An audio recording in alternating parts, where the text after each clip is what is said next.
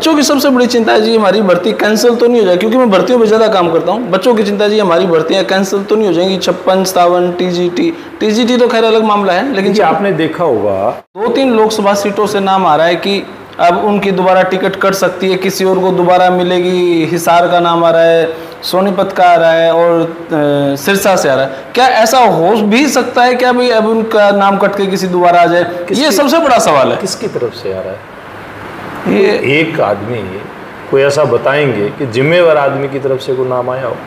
दीपेंद्र हुड्डा या भूपेंद्र हुड्डा जी इतने मजबूत हैं कि सब उनकी तरफ देख रहे हैं। भाजपा वाले सब मजबूत कितने हैं ये तो हरियाणा की जनता ने बता दिया। जैसे ही 6 महीने बाद विधानसभा आएगी तो वहां से विधायक कौन होंगे? देखिए विधायक तो आपको तो राज्यसभा सांसद बना विधायक जी भारतीय जनता पार्टी की दृष्टि से तो भारतीय जनता पार्टी तय करेगी। दुष्यंत जी क्या अब की बार फिर आपके साथ कुछ हाथ मिलाने के मूड में हैं या नहीं है? अभी तो लोकसभा चुनाव है, भारतीय जनता पार्टी अपना चुनाव लड़ रही है। आप कह रहे हैं कांग्रेस की मुट्ठी में होती थी नौकरियां, लेकिन भाजपा की नौकरियां कोर्ट में अटकी खड़ी हैं। देखिए वो लोग हैं, चिंता है कि नौकरियां कैंसिल ना हो जाए। देखिए जी देखिए जो लोग विपक्षी दलों के नेताओं के पेरोल पे काम करते हैं ना, तो सारे भाई ने भाई मेरी राम राम। मैं जगदीप शर्मा स्टेप अप जे सर यूट्यूब चैनल पर आपका स्वागत करता हूं। हरियाणा में आज का इंटरव्यू सबसे ज़्यादा अहम है। बहुत दिनों तक बाट देखा थे और भाजपा कार्यालय में हूं। हमारे साथ हैं सुभाष बराला जी। मात्र एक राज्यसभा सांसद नहीं है, पूरे हरियाणा की बागडोर सांसद साहब के ऊपर है। सर जी नमस्कार, प्रणाम। नमस्ते जगदीप जी, कैसे हैं सर आप? बहुत अच्छा हूँ, आप बताइए। एकदम बढ़िया सर।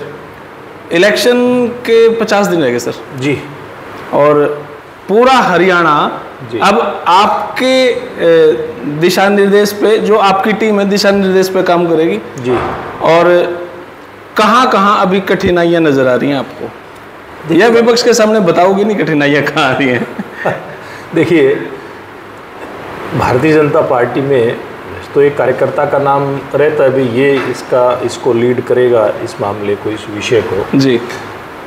एक नाम होता है, मेरा तो एक नाम है कि सुभाष बराला प्रबंधन समिति का संयोजक है, उसका प्रमुख है, लेकिन काम हमारा सामूहिक है।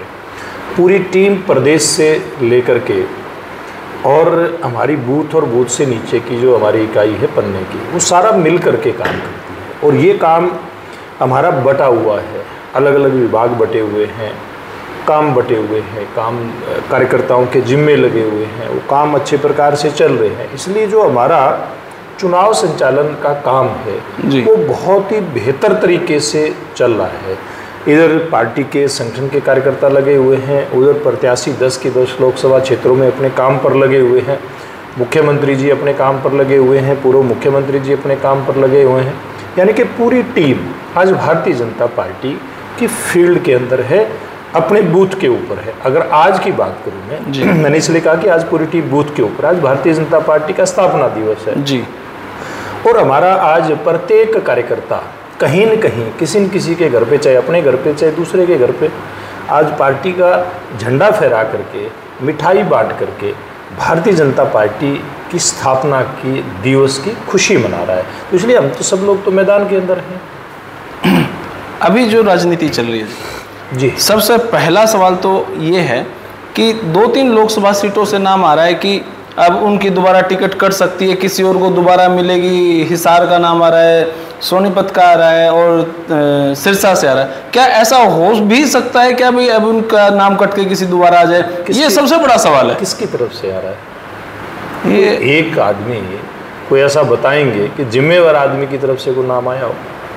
नहीं, जिम्मेवार तो नहीं, लेकिन ये बातें तो चली हुई हैं। बातें चली, कहाँ से चली? मैं कहता हूँ ये केवल और केवल जो लोग अब तक फैसला नहीं कर पाए जी कि उनका उम्मीदवार कौन होगा, सालों साल से जी, दशकों से मैं कह सकता हूँ, अपनी पार्टी की जो लोग टीम नहीं बना पाए, प्रदेश अध्यक्ष बन गया जी, मैं कांग्रेस की तरफ इशारा कर रहा हूँ सीधा सीधा, नीचे कुछ भी नहीं बना पाए।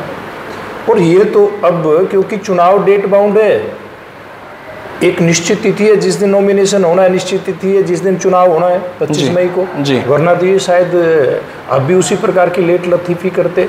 उन लोगों को ये लगता है कि भारतीय जनता पार्टी का चुनाव प्रचार बहुत बेहतर तरीके से चल रहा है, इसलिए वो लोग भ्रम की स्थिति पैदा करने के लिए इस प्रकार की खबरें फैलाते हैं। वरना भारतीय जनता पार्टी की तरफ से तो कहीं से नहीं आया ना। मतलब ये कंफर्म है कि किसी की कोई टिकट बदली नहीं है? कोई टिकट नहीं बदली जाएगी। हमारे केंद्रीय नेतृत्व ने जो फैसला किया है, केंद्रीय नेतृत्व का फैसला है, वो लोग चुनाव लड़ रहे हैं। 10 के 10 लोग आज मैदान में भारतीय जनता पार्टी को किस प्रकार से बदल दिया जाएगा? पता नहीं, ये मार्केट में बातें चलती हैं। लेकिन मैंने कहा जो खाली लोग बैठे हैं ना, वही चला रहे हैं। अच्छा, आपकी तैयारी अपने बलबूते पे भी है या SRK वर्सेस हुड्डा साहब ऐसा कुछ देखते हुए है? देखिए, भारतीय जनता पार्टी की तैयारी अपनी होती है जी। हम दूसरे के कंधे के ऊपर बंदूक रख करके चलाने वाली पार्टी के कार्यकर्ता नहीं है। भारतीय जनता पार्टी का प्रत्येक उम्मीदवार जी और वहाँ की भारतीय जनता पार्टी की पूरी टीम और प्रदेश की टीम, सब लोग अपने अपने जो उनके मोर्चे बने हुए ना, उनके मोर्चों के ऊपर डटी हुई है पूरी हमारी फौज जी। इसलिए हम किसी दूसरे के कंधे का इंतजार नहीं करते। हाँ, ये अलग बात है कि वो कांग्रेस में है, चाहे वो हुड्डा साहब का गुट है, चाहे SRK है, अब तो एक गुट और आ गया। मैं कुछ दिन पहले, 3-4 दिन पहले एक वो सुन रहा था, कोई ऑडियो सुन रहा था, कांग्रेस पार्टी के नेता जी जो ये कहते थे कि मेरी आवाज़ सुनो जी, कार्यक्रम किया मेरी आवाज़ सुनो के नाम पे, वो कुछ पता नहीं कैसी कैसी आवाज़ें सुनाते थे। भारतीय जनता पार्टी ने तो सारी उनकी आवाज़ सुन ली, अब वो भूपेंद्र हुड्डा को अब अपनी आवाज़ सुना रहे हैं।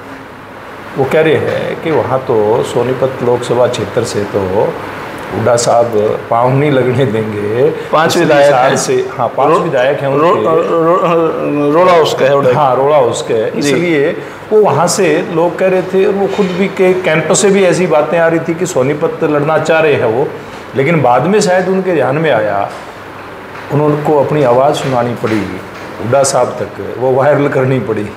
अच्छा, जानबूझ के वायरल होती हैं चीज़ें? देखिए, अब कोई व्यक्तिगत कोई बात किसी से कर रहा है जी, तो कोई हवा में तो ऐसा कोई सिस्टम है नहीं कि वो हवा में खींच करके कोई उनकी आवाज़ ले आएगा। वायरल तो दो लोगों की बातचीत है, दोनों लोगों में से किसी ने की है ना जी, आवाज़ सुनाई है अपने। अच्छा, अब मैं ये देख रहा हूँ, हम रोहतक में ही बैठे हैं, पूरे हरियाणा 10 की 10 लोकसभा की सीट सिर्फ रोहतक पे है जी। तो दीपेंद्र हुड्डा या भूपेंद्र हुड्डा जी इतने मजबूत हैं कि सब उनकी तरफ देख रहे हैं, भाजपा वाले सब मजबूत कितने हैं ये तो हरियाणा की जनता ने बता दिया। सोनीपत और रोहतक, यहाँ की जनता ने भारतीय जनता पार्टी को आशीर्वाद के रूप में दोनों सीटें दी, उनको हराने का काम किया जी। लगातार 2 चुनाव में फिर प्रदेश में हराने का काम किया। इसलिए भारतीय जनता पार्टी किसी से भी किसी भी सीट पर कहीं कोई कमज़ोर नहीं है, मजबूत है। आज रोहतक से सोनीपत से दोनों जगह से भारतीय जनता पार्टी का सांसद है ना, और भविष्य में भी जनता आशीर्वाद देगी।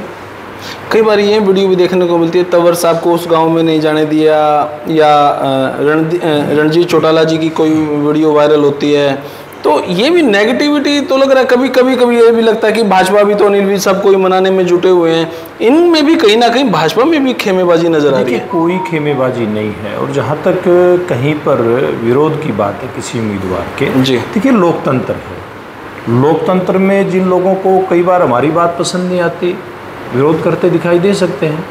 हाँ, जहाँ तक अनिल विज की बात है, अनिल विज भारतीय जनता पार्टी के कार्यकर्ता हैं, उनको मनाने की जरूरत नहीं, वो तो मनाए हैं, इसलिए चिंता करने की जरूरत नहीं है। अपने आश्वस्त है इस बात से, अपने काम पे लगे रहते हैं, बहुत कर्मठ कार्यकर्ता है विज साहब। सबसे बड़ा सवाल अब टोहाना से है। जैसे ही 6 महीने बाद विधानसभा आएगी तो वहाँ से विधायक कौन होंगे? देखिए, विधायक तो आपको तो राज्यसभा सांसद बना विधायक जी, भारतीय जनता पार्टी की दृष्टि से तो भारतीय जनता पार्टी तय करेगी जी कि कौन कार्यकर्ता वहाँ भारतीय जनता पार्टी का कमल का निशान लेकर के आएगा।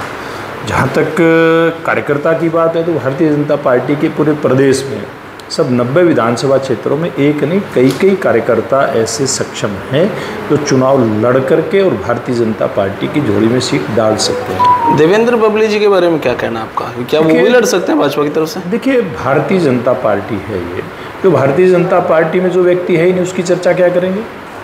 खबरें तो ये चल रही ना, आपको राज्यसभा सांसद पार्टी में नहीं है उसकी चर्चा क्या करनी है? दुष्यंत जी क्या अब की बार फिर आपके साथ कुछ हाथ मिलाने के मूड में हैं या नहीं है? अभी तो लोकसभा चुनाव है, भारतीय जनता पार्टी अपना चुनाव लड़ रही है, वो अपने चुनाव की तैयारियां कर रहे हैं, इसलिए कोई सवाल पैदा नहीं होता। मतलब 10 कोई उनका देखिए आज जब सब लोग अपने अपने मैदान में हैं जी, जगदीप जी, तो उसका दुष्यंतकार भारतीय जनता पार्टी का इकट्ठे चुनाव लड़ने का विषय कहाँ से आ गया?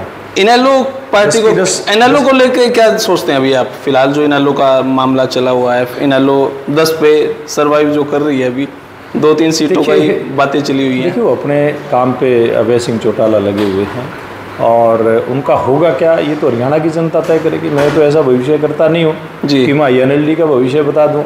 हाँ, लेकिन ये है कि सब लोग अपने काम में लगे हुए हैं, अभय सिंह चौटाला भी अपने काम में लगे हुए हैं और ये 25 मई को हरियाणा की जनता बताएगी और 4 जून को परिणाम के स्वरूप में सामने आ। राजकुमार सैनी जी कांग्रेस में गए हैं जी, उस बारे में आप क्या कहना चाहेंगे? देखिए मैं, क्योंकि वो आपके ही सांसद थे। हाँ, मैं इसमें एक बात कहना चाहूँगा, क्योंकि हम ग्राउंड में रहते हैं, हम ज़मीन पे रहते हैं, लोगों के बीच में रहते हैं।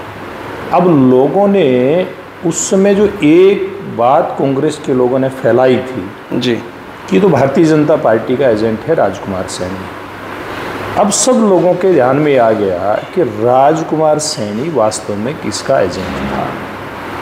सब लोगों के सामने आ गया है किसने उसको, किसके पेरोल पे वो काम कर रहा था। आज वहीं जा कर के जब ठिकाने पे लोगों के सामने आ गया तो लोगों को पता चल गया। आज जहाँ कहीं भी मैं जाता हूँ, जिम्मेवार लोगों के साथ बैठता हूँ, तो लोग कहते हैं कि आप लोग कहते थे, क्योंकि मैं उसमें अध्यक्ष था पार्टी का, जी जी, जब वो ये खेल रहा था। बिल्कुल।